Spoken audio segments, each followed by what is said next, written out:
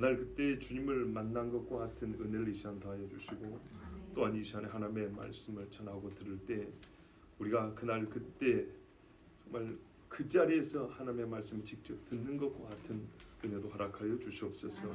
우리 마음에는 여호와의 말씀을 전하지도 못하고 듣지도 못하게 하는 거리끼는 것들이 참으로 많습니다. 죄는 용서하시고 허물은 벗겨내 주시옵고 그 짐 걱정은 다 떼내어 주셔서 하나님의 말씀에만 온전히 우리의 마음이 붙어있게 하옵소서. 예수 그리스도의 이름으로 기도하옵나이다. 아멘. 예, 오늘 본문을 듣기 전에 오늘 본문에 대해서 우리가 갖고 있는 조금 좁은 시야에 대해서 한 가지 짚고 넘어가려고 합니다. 우리는 7절까지 말씀을 듣는 중에 앞부분에는 사실 별로 관심이 없고 잘 알려고 하지도 않고 대체로 어린아이들의 그 선극에서 보았던 이미지가 얼굴에 인상에 많이 남아있기 때문에 한 5절부터 7절까지 이야기가 대번에 연상이 됩니다. 떠오른다 이 말이죠. 맞죠? 그 조그만 애들이 막 아이고 배불러 이래가지고 선극했던 거 우리가 어릴 때 했거나 아니면 우리 자녀들이 하는 그런 선극 좀 인상 깊게 보고 그게 떠오르는 그런 말씀이죠. 그런데 사실은 1절부터 말씀이 다 중요합니다. 즉 누가 다스리던 시대에 어떤 사건이 있는 그 정황 속에서 어디서 누구로부터 우리 주님이 태어났는가 이야기를 사실대로 잘 말해주고 있거든요. 여러분 몇 년 전에 여러분이 증거한 말씀 제목이 뭐냐면 진리는 두 언어로 말한다 했습니다. 신앙 언어와 역사 언어라고 했습니다. 이건 사실 별개가 아니고요.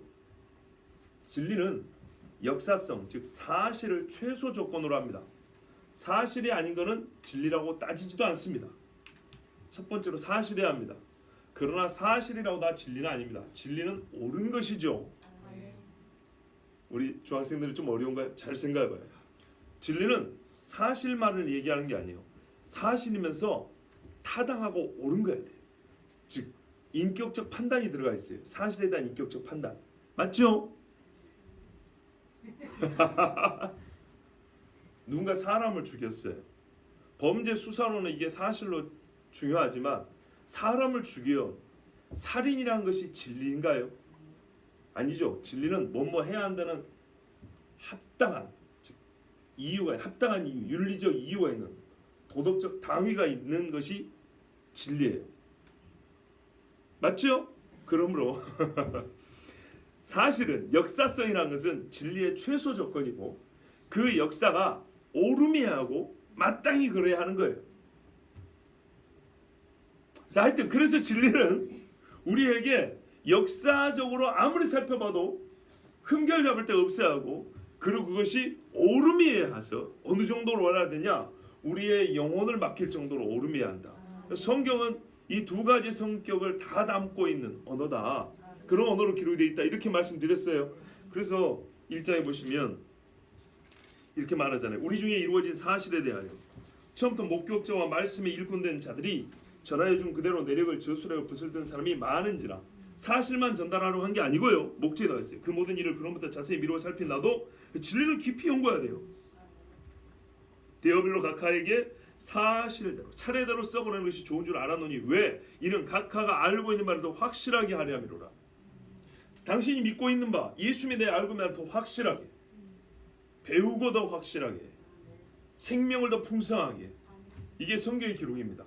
그렇다면 2장의 이야기가 예수님의 나심에 관한 이야기도 사실이면서 우리가 예수님이 누군가에 대해 알고 있는 믿음을 더 확실하게 하고 우리가 더 그분을 믿는 믿음이 더 깊고 풍성하게 하려고 주신 말씀이라는 것 맞지요? 그렇다면 1절부터 자세히 봐야죠. 그런데 1절 앞부분은 어렵기도 하거니와 뒤에 너무 우리가 소위 세상 말로 꽂힌 나머지 앞을 잘 보지 않으려는 경향이 있어요. 저 역시도 오늘 이 시간에 1절부터 3절까지 이야기 혹은 2절까지 이야기를 자세히 논할 수 없습니다. 이거는 상당히 말 그대로 깊은 논의가 필요한 부분입니다.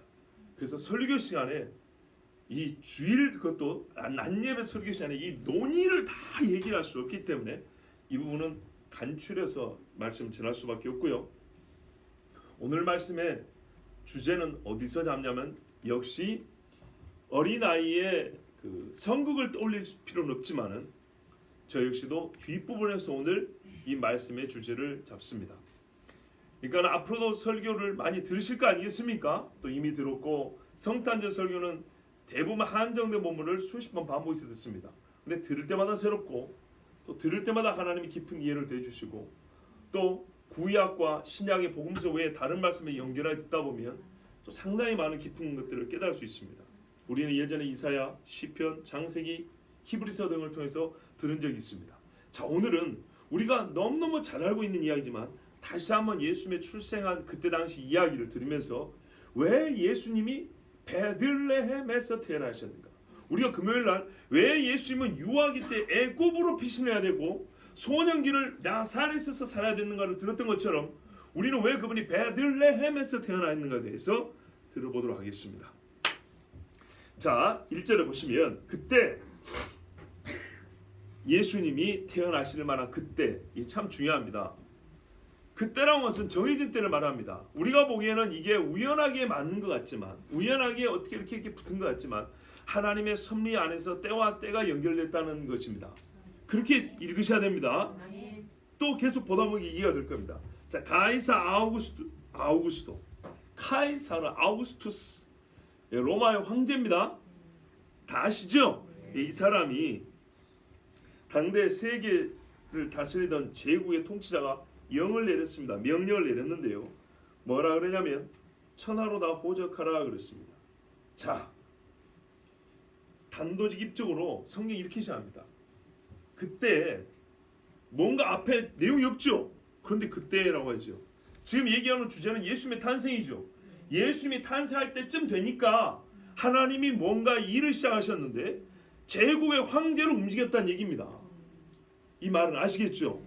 그러니까 제국의 황제에게 내 아들이 올 때가 됐으니까 너는 무언가 조치를 취하라고 하나님이 그의 손을, 그의 마음을 움직였다는 뜻입니다. 자, 말하자면 최고의 힘을 자랑하는 인간에게 하나님이 그 힘도 내놔라. 내가 좀 쓸 일이 있다. 네가 갖고 있는 힘이 있지? 그거 좀 내놔봐. 내가 쓸 데가 있어. 뭘 쓰시려는데요? 애들 불러서 다 고향으로 좀 돌아가라 그래. 이런 말입니다. 별로 마음에 내키지 않더라도 그렇게 들으셔야 합니다. 자, 때가 차게 되었다 그랬죠. 여인에게 나게 하시고 율법 아래에 나게 하시고, 그렇죠? 또 평화로운 때에 나게 하셨어요.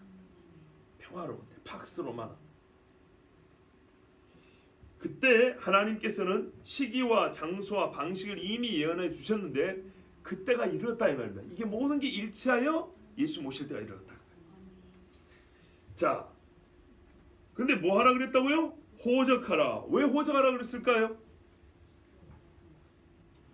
그냥 수만 세려 그런 게 아니죠. 이 호적은 사실은 조세 등록입니다. 번역은 호적인데 그 말 뜻은 정확하게 말하면 조세 등록을 하기 위해서 족보에 정확하게 명단을 기입하라는 얘기입니다. 자, 그런데 이걸 언제 내렸다 그럽니까? 구레뇨라는 사람이, 퀴레니우스라는 헬라식 이름입니다. 이 사람이 수리아 지역의 통치자로 있을 때에 처음 내린 것이다 이렇게 말합니다. 여러분, 이 구레뇨가 누군지 혹시 들어보셨습니까? 잘 모르시죠?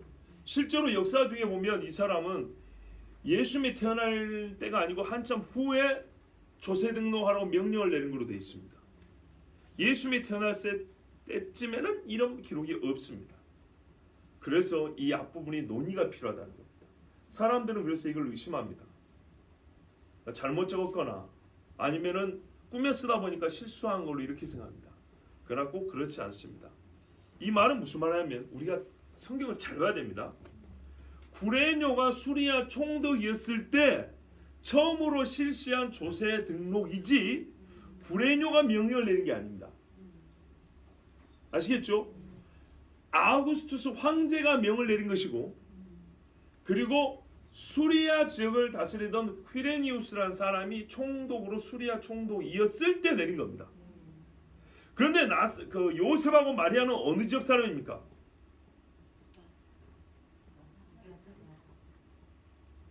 말 그대로 이스라엘 사람이죠. 이스라엘은 누가 다스릴 때입니까? 헤롯 왕이 다스립니다. 헤롯 왕하고 수리아 총독하고 누가 높을 것 같습니까? 그래도 왕이 높습니다. 나중에는 왕을 없애버리죠. 하도 말은 안 들으니까. 헤롯 왕이 있는데, 유대와 사마리아를 다스리는 헤롯 왕이 있는데, 저 위에 다른 지방인 수리아를 다스리는 총독이 유대 땅 조세를 자기가 관장합니까? 그런 뜻은 아니죠. 이거는 배경을 말해주는 것이지, 이 조세 등록의 직접 명령자는 누구라고요? 헤롯이란 얘기입니다. 아시겠죠? 로마로부터 명령이 내려와서 이거를 직접 시행한 사람은 헤롯이라는 겁니다. 헤롯이 유대와 사마리아와 즉 이스라엘 사람들에게 명령을 내린 것은 너무나 당연한 문제고, 그때 주변에는 어떤 사람이 또 다스렸었냐면 수리아 지역의 총독 퀴레니우스라는 사람이 다스리고 있었을 때인데, 처음으로 그가 통치하고 있을 때에 조세 등록을 하라고 명령을 내렸다 이 말입니다. 그러니까는 여러 가지를 통해, 그러니까 여러 가지 이 확인할 수 있는 방법을, 조건을 구비해놨어요. 이것저것 다 따져보라는 얘기입니다. 그래서 논의가 좀 필요하다는 겁니다. 이거는 좀 역사적인 연구가 필요하겠죠. 그래서 일단 이거는 오늘 말씀드리지 않고 그냥 넘어가겠습니다. 자, 중요한 거는 하나님께서 이 수리아 지역의 통치자도 있고 로마 제국의 황제가 가장 평화롭다고 하는 시기에 자기의 힘을 드러내려고 자기의 조세를 원활하게 징수하기 위해서 순전히 정치적이고 경제적인 목적을 위해서 조세 등록을 하라 명을 내렸지만은, 이것은 단순히 황제의 욕심만 채우는 것이 아니라 하나님께서 하시고자 하는 일을 하기 위해서 하나님이 대제국의 황제도 움직였다라는 것입니다. 우리는 그렇게 봅니다. 왜 이때인가? 창세기 49장 10절에 보면 뭐라더냐, 우리 번역에는 주가 유다를 떠나지 아니하며 통치자의 지팡이가 그 발 사이에서 떠나지 아니하기를 실로가 오시기까지 이르리니 그에게 모든 백성이 복종하리로다, 이렇게 돼 있는데요. 다른 번역에는, 조금 더 정확한 번역에는 뭐라고 되냐면 홀이 실로가 오실 때까지, 그러니까 실로는 구약의 성막이 있던 장소입니다. 곧 이 성막의 주인인 메시아가 올 때까지, 이런 말입니다. 메시아가 올 때까지 홀이 유다를 떠나지 아니하며 통치자의 지팡이가 유다를 떠나지 아니하며, 유다가 완전히 속국이 되지 아니하며, 또 법을 주는 자가 그의 발 사이에서 떠나지 아니하리, 이렇게 돼 있어요. 무슨 말이냐면 율법을 가르치는 제사장이 아직은 세워져 있을 때라는 얘기입니다. 아시겠죠? 그런데 실제로 아까 말씀드린 대로 당시의 유대 땅은 헤롯이 다스리고 있었고, 그 전체 지역, 유대로 포함한 좀 더 넓은 지역에는 수리아 총독 퀴레니우스라는 사람이 또 있었고, 그리고 유대 땅에는 히르카누스 집안의 제사장이 있었습니다. 그러니까 아직까지 이들이 어느 정도 유대 땅의 왕으로서, 그러니까 유대 지방 출신이 왕으로서 다스리기도 하고, 율법을 주는 자들이 아직은 명맥을 유지하고 있을 때 메시아가 와야 된다 그랬는데, 그것들이 없어지기 전에 메시아가 온다 그랬거든요. 그래서 이때가 그때요. 그리고 이들이 완전히 없어지기 전에 하나님은 대제국의 황제로 하여금 족보를 다시 정리하라고, 호적하라고, 물론 조세를 징수하기 위해서 한 것이지만 유대인들에게는 자기 고향에 돌아가 족보를 다시 정리하라고 명을 내리게 하셨다는 겁니다. 자, 이게 왜 또 중요한가는 이제 읽어보면 나옵니다. 자, 그래서 모든 사람이 호적하러 각각 고향으로 돌아갔습니다. 유대인들은 어떻게 족보에 정리를 하냐면요, 지파를 적습니다. 그 다음에 족속을 적고요, 그 다음에 자기 아버지 집안을 적습니다. 이제 우리가 이걸 알려면 역대상을 읽어보면 제대로 알 수 있습니다. 역대상 읽어보면 족보가 얼마나 구체적인지 몰라요. 레위 지파 이렇게 시작하죠. 레위 지파면 아들이 몇 명인데요? 저도 잘 몰라요. 고핫 자손 이렇게 나옵니다. 아론의 집 이렇게 최소한 세 가지를 적어야 됩니다. 어디 지파며, 누구 족속이며, 우리 아버지는 누구인지, 이 세 가지를 적고 나면 그 사람은 확실하게 어느 집안 자손인지 알 수가 있습니다. 이렇게 구체적으로 적습니다.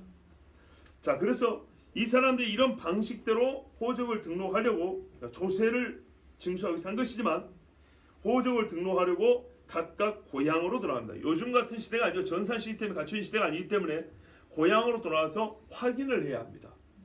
기존에 있던 족보도 있을 것이고 그 사람이 자기 할아버지와 아버지의 이름을 정확히 대고 자기 집안을 얘기할 수 있어야 되겠죠. 여러분 이게 진짜로 중요합니다. 나중에 말이죠. 에스라 시대에도 사람들이 와서 족보를 정리하는데 어떤 사람은 자기가 제사장 집안이라고 그랬어요. 근데 제사장 집안의 족보를 찾아보니까 명단이 없어요. 그래서 그 사람들은 확인이 될 때까지 제사장 직무를 못 하겠어요. 그 말은 먹을 게 없다는 얘기예요. 제사장들은 성막에서 봉사를 해야 거기서 나온 분깃을 먹는단 말이죠. 미안하지만 너희들이 굶어도 할 수가 없어. 제사장 집안 레위 지파에서 그리고 아론의 집이 아니면 절대로 제사장 직무를 감당하지 못하게 돼 있다 이런 말이죠. 족보에서 찾아보니 없더라는 거예요.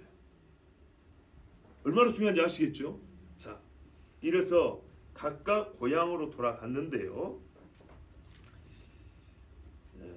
요셉도 다윗의 집 족속이므로 갈릴리 나사렛 동네에서 유대를 향하여 베들레헴이라는 동네로 갔다 그랬어요. 자, 여기서 재밌는 이야기가 있습니다. 요셉이 다윗의 집 족속이라서 베들레헴으로 갔는데 마리아는 왜 데리고 왔을까요?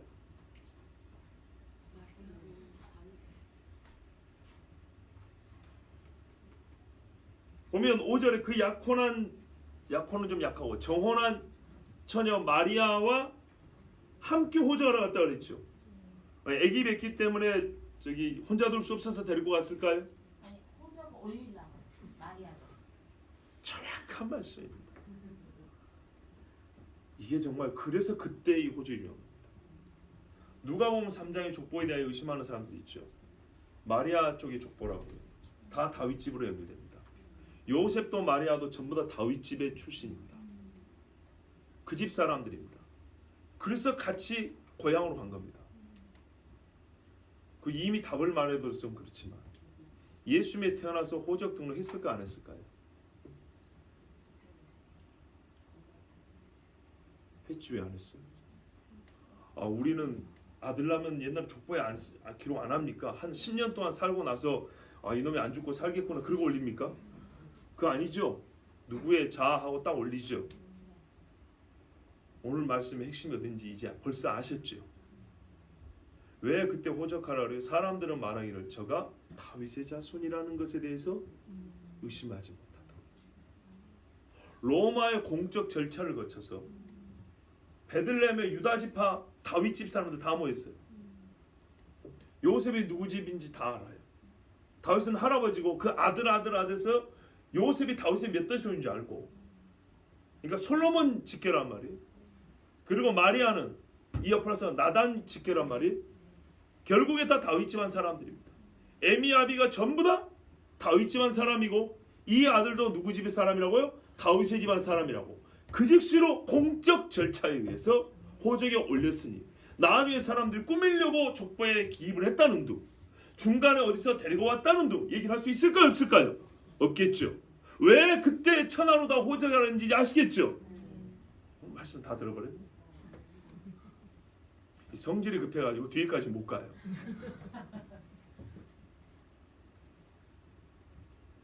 여러분, 누가 해산할 날이 가까운 여인을 최소 3일 길이 걸리는 그 먼 길을 데리고 가겠습니까? 우리 여기 계신 남자분들 한번 생각해 보세요. 혼자 가서 해치울 일 같으면 뭐하러 데리고 갑니까? 언제 날지도 몰라요.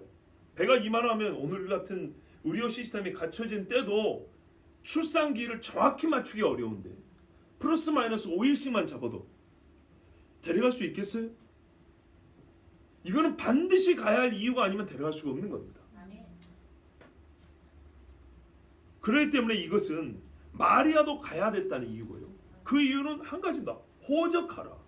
이유, 마리아가 그 배를 불러서 굳이 그 먼 길을 베들레헴까지 가야 할 이유, 요셉이 자기 아내가 정말 불쌍하고 불평불만도 나갔을 텐데 이 모든 수고를 감내하고 이 배부른 아내를 데리고 먼 길을 가서 호적을 할 때까지 이 부인을 데리고 갈 이유는 마리아도 호적을 해야 되기 때문에 그것은 하나님이 정하신 것입니다. 자, 이래서 왔는데요. 거기 있을 때 그랬습니다. 여기서 우리가 아주 사사롭지만 작은 잘못된 이해를 하나 고치겠습니다. 요셉과 마리아가 베들레헴에 막 왔을 때는 밤이고 배가 막 진통이 와서 급하게 찾다 보니까 말구육관에 가서 애를 낳다. 맞을까요? 틀릴까요? 이렇게 보면 보통 틀리죠. 왜 틀리다고 보세요? 그렇죠. 거기 있을 때라는 거예요. 이런 말은 온지 1시간 된 사람한테 붙이는 게 아니죠. 그렇죠? 보통 1시간 정도의 차를 나는 성경에서 직후에 곧 그때 이런 식으로 말을 하지 거기 있을 때 이렇게 말하지 않습니다. 자, 호적하고 빨리 갈 수 있었으면 거기 안 있어도 됐겠죠. 근데 시간이 좀 걸린다는 얘기죠. 사람들이 많았기 때문이기도 하고 요즘같이 이렇게 진행 속도가 빠르지 않기 때문에 일일이 대조하고 사람이 수기로 다 있기 때문에 늦을 수밖에 없었겠죠. 그리고 가는 즉시로 할 수도 없었고 좀 쉬어야 됐을 것이고 또 우리가 잘 알다시피 때는 초막절기라 사람들이 너무너무 많았고 그래서 이 일은 몇 날이 소요되는 일이었어요. 그 며칠 동안 제가 제일 의아한 것 그 며칠 동안 어떻게 방을 못 구했냐는 거예요. 보세요. 해산할 날이 차서 거기 있을 때 며칠 있었는데 애가 나오려고 한다는 거예요. 그러면 여러분 같으면 어떻게 하겠어요? 아무리 야박한 사람이라도 방 한 칸 양보하겠어요? 안 하겠어요? 착한 척 하시는 거죠? 이 사람도 안 했는데요. 여러분 여기 계신 남자분들 참으세요. 첫 아들을 낳습니다. 부인이 지금 곧 해산하려고 그럽니다. 방이 없어요. 웃돈을 줘서라도 방을 좀 양보해 달라고 하겠습니까? 안 하겠습니까? 해야 되는 게 아니고 하겠냐고요? 안 하겠냐고요? 몇 10대 소년이 대답을 해요. 하지요. 당연히 하죠. 요셉을 아주 매정한 남편으로 보지 않으려면 요셉이 그 노력을 했다는 겁니다. 했는데도 방이 없다는 거예요. 여기서는 두 가지 사실을 알 수 있습니다. 하나는요.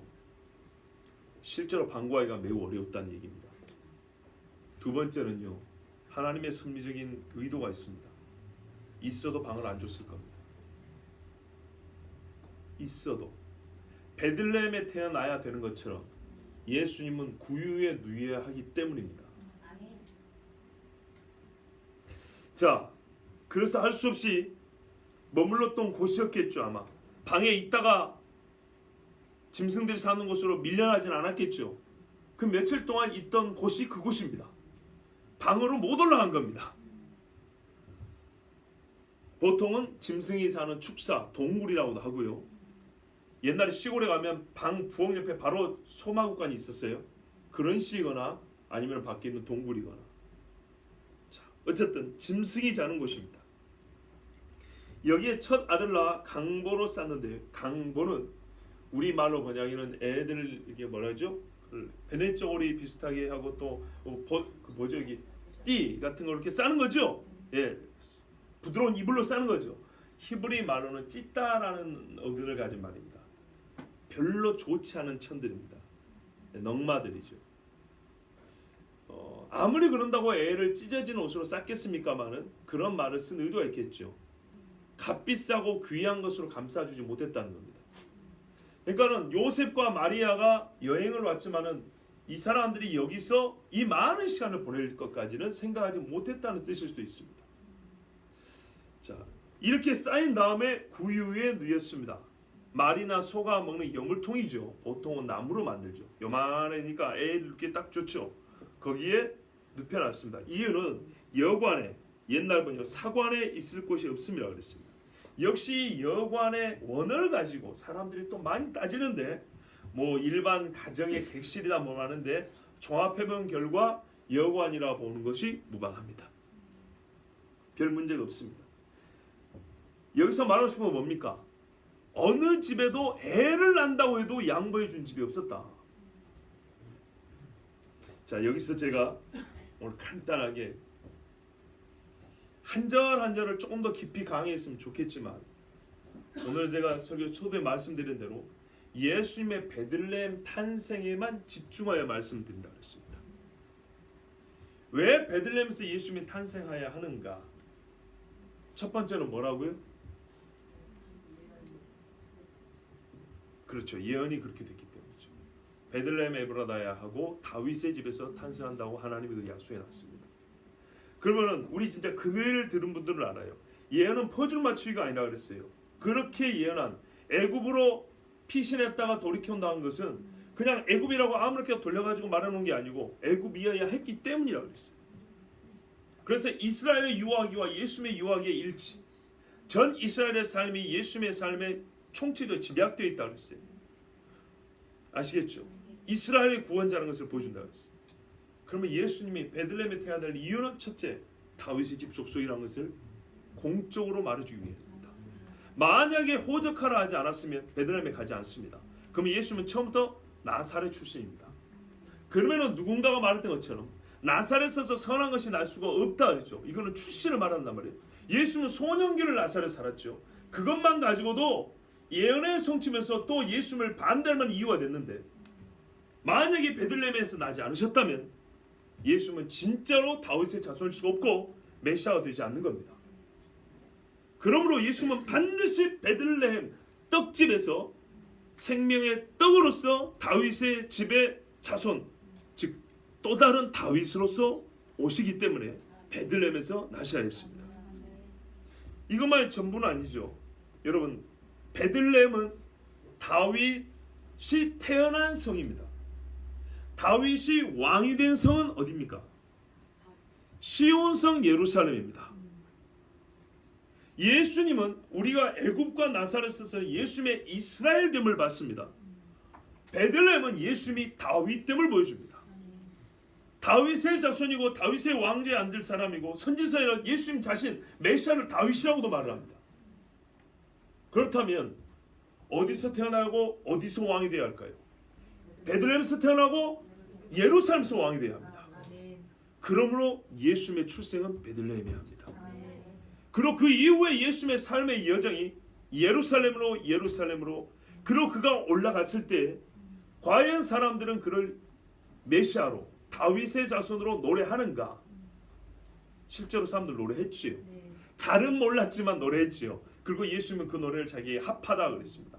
다만 잘 알지 못하고 불렀으므로 나중에 내가 다시 올 때 너희가 그것을 제대로 알고 부른다면 너희가 나를 만날 것이라고 마태복음에 그렇게 말씀하셨죠.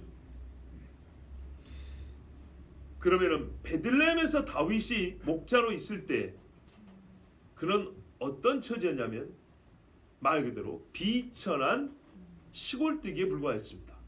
자기 아버지도 막내 별로 취급을 안 해줬습니다. 사무엘이 와가지고 자식들을 다 불러 모으라 할 때 아예 막내는 제껴놔 버렸죠. 예수님이 베들레헴에 있을 때 사람들에게 어떻게 여김을 받았는가를 보면 예수님은 우리가 상식적이고 보편적인 정서에 입각해서라도 어린아이가 막 태어날 때는 모든 우리가 할 수 있는 배려를 다 해줄 법한데 예수님은 최소한이라고 하기에도 부끄러운 배려밖에 못 받았다는 겁니다. 노상이 아닌 것을 다행으로 알라 정도라면 배려를 받아갈 수 있는데 방 한 칸도 얻지 못했다는 걸 생각하면 어떤 배려도 받지 못한 것과 같습니다. 공감하십니까? 바로 다윗이 어릴 때 들에서 수고하여도 아버지에게 별로 인정받지 못했던 것처럼, 많은 형제들 중에 가장 작은 자로 여김을 받던 것처럼 예수면 다윗의 자손으로서 베들레헴에 태어났을 때 사람들 중에 막 출산한 아이들이 얻는 존귀함과 사랑도 그렇게 받지를 못했습니다. 그리고 훗날 예수님은 다윗과 같이 수고하고 어렵고 고생하시고 예루살렘에서 왕위에 오릅니다. 우리는 그날을 바라보고 있지요. 또 하나 중요한 게 있습니다. 우리는 예수님의 출생지가 베들레헴이라는 것은 장소적인 일치, 즉 다윗의 집이라는 이것만 보아서는 안 됩니다. 또한 다윗이 그곳에서 가난하고 비천한 목동으로 자랐다는 것. 그러니까 예수님과 다윗이 출생하고 어린 시절에 같이 비천하고 수고하고 그렇게 사람들이 존귀임을 받지 못했다는 이 일치 외에 또 다른 게 있습니다. 성경에는 예수님에 대하여 여러 예언이 있는데요. 이사야 49장 7절을 보면 예수님에 대해 이런 예언이 있습니다. 이스라엘의 구속자, 이스라엘의 거룩한 이이신 여호와께서 그의 종을 보내는데 이 종이 어떻게 영을 받는 보세요. 사람에게 멸시를 당하는 자, 백성에게 미움을 받는 자. 이게 바로 예수님의 출생시부터 나타나는 겁니다. 요셉이 얼마나 두드리고 다녔겠습니까? 마리아는 아프다고 얼마나 진통을 하겠습니까? 아무도 들어주지 않았습니다. 세 번째, 관원들에게 종이 된 자. 관원들에게 종이 된 자에게 이같이 이르시되 훗날, 처음에는 이런 자로 여겼었어요. 훗날 왕들이 보고 일어서며 고관들이 경배하리니 이는 이스라엘의 거룩하신 이 신실하신 여호와 그가 너를 택하였음이니라. 하나님이 자기 종으로 택한 메시아를 지금 말하고 있는데요. 여기에 중요한 게 뭐라고요? 관원들에게 종된 자. 여러분, 이스라엘 사람들이 각기 고향으로 돌아와 호적한 이유가 뭡니까? 로마의 종이기 때문입니다. 종이 주인에게 조세를 바치는 겁니다. 신분은 이스라엘 사람의 신분을 갖고 있지만 실제적으로 삶에 있어서는 로마의 종이었으므로 이스라엘 사람들은 각기 고향에 돌아와서 빠짐없이 자기 자신의 정체를 밝히고 기록을 하고 로마가 징수한 조세를 부담해야 됐습니다.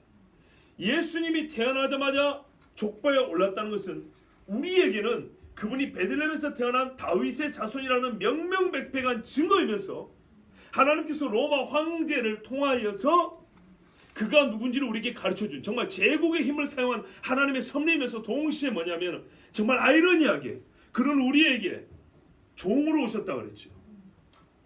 사람에게 비천히 여김을 당하는 종으로 오셨다 그랬죠. 그가 출생할 때부터 어떻게 등재됐어요? 로마의 종으로 등재가 됐다는 겁니다.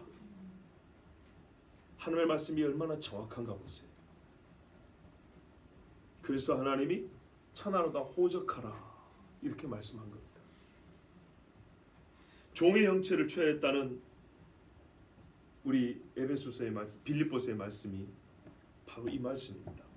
그가 하늘 영광을 버리고 사람이 된 것이 종의 형체를 취한 것이고 더하여 사람 중에서도 로마 황제 관원들의 종으로서 태어나자마자 그 이름이 기록된 정말 이 아이러니 다윗의 자손 왕이면서 세상 관원의 종으로서 그 이름이 기록된 자. 세상에 이렇게 예언된 사람이 어디 있습니까? 아무리 세상에 용한 점쟁이라도 이런 식으로 어떤 한 인물에 대해 예언하고 맞출 수 있을까요? 아까도 말씀드린 대로 로마 제국이 공식적으로 인정하는 다윗의 자손으로 또 예수님은 호적이 되었습니다. 마태가 예수님에 대하여 선포할 때 복음을 선포할 때 첫 번째로 말한 게 예수님의 족보였다는 것을 기억하십시오. 잘 아시는 대로 마태는 유대인들에게 복음을 전했습니다. 유대인들이 마태가 예수님이 하나님의 아들이고 다윗의 집 사람이라고 말했을 때 대부분에 뭘 확인해 봤겠습니까? 족보를 확인해 봤을 겁니다. 마태는 자신 있게 족보를 먼저 드러냈습니다. 아브라함의 집이고 다윗의 자손이라고 확인해 보라고. 그런데 만약에 아까 말씀드린 대로 이 족보를 정리하고 기록하는 일이 없었다면 그 말씀에 흩어져서 하는데 자기가 각자 유대인이고 각자 다윗의 자손이라고 말하는 사람이 많이 있다면 왜 그런지 아십니까? 언제도 기회를 잡아 왕이 되고자 하는 사람은 자기는 항상 다윗의 집이라고 말합니다. 사도행전 5장 37절인가 보면 재밌는 이야기가 있습니다. 이스라엘 사람들 중에 예수 믿는 자들이 많아졌어요. 그래서 막 예수님 막 복음을 전하고 다니는데 그때 가말리엘이 나서서 이렇게 말하죠. 이게 하나님으로부터 났으면 우리가 어찌할 수가 없고 사람으로부터 났으면 저절로 무너질 거다. 왕년에도 지가 메시아라고 하는 인간들이 얼마나 많았냐. 예컨대 호적할 때 갈릴리 유다라는 인간이 있었지 않냐. 호적할 때 이때가 로마의 반역이 딱 좋은 데였어요. 왜냐하면 아까 말했잖아요. 종으로서 자기 신분을 기록하는 거예요. 여기에 못마땅한 유대인들이 자기가 메시아인 것처럼 사람들을 모아서 로마에 반역하는 일들이 있었어요. 그런 예를 든 겁니다. 가말리엘이.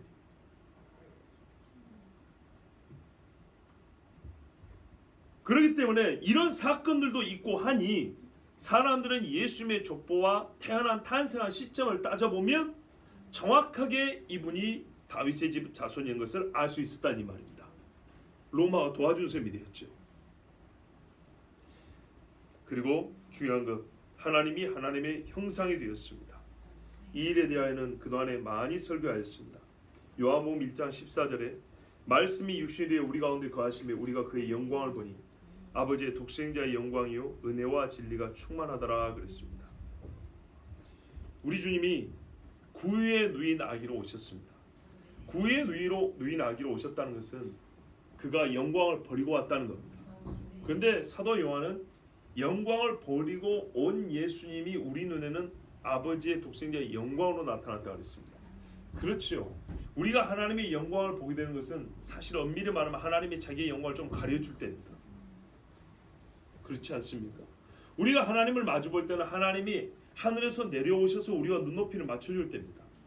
하늘에 계신 하나님을 우리가 이 썩은 눈을 가지고 직접 볼 수가 없고 죄의 몸을 가지고 주님을 맞이할 수가 없습니다. 그런데 하나님께서 자기를 낮추시고 오실 때에야 우리 눈에 육신의 눈으로는 작은 아이로 보지만 그것을 제대로 보는 사람에게는 아, 이가 하나님의 영광이구나. 이 안에 하나님의 은혜와 진리가 들어있음을 볼 수 있다는 것입니다. 그렇게 예수님은 자기를 낮추셔서 구유에 누이셨습니다. 그렇게 오셔야 했기 때문에 예수님은 베들레헴에서 오셨습니다. 여러분 1절에 모세가 예언하기를 하나님께서 이후에 나와 같은 선지자 하나를 너에게 보낸다 그랬습니다. 우리는 모형과 예표라고 할 때 그냥 추상적으로 생각하시는데요. 그렇지 않습니다. 유대인들은 상당히 구체적이고 하나님 구체를 말합니다. 그럼 어떤 식으로 모형과 예표하냐면 삶에 있어서 어떤 직선적 일치가 있습니다. 예를 들어서 모세가 예수님의 예표 같으면 모세가 삶의 전반기 때 겪은 일과 예수님의 삶의 전반기 때 겪은 일 아시겠죠? 모세가 사역을 하면서 경험한 일과 예수님의 사역을 하면서 경험한 일 모든 것이 다 똑같을 수는 없습니다. 패턴이 같다 이 말입니다. 모든 것이 같으면 모세가 예수님이게요. 그렇진 않죠. 모세와 같은 선지자라고 그랬습니다. 그러면 뭐가 같은가 봐보세요.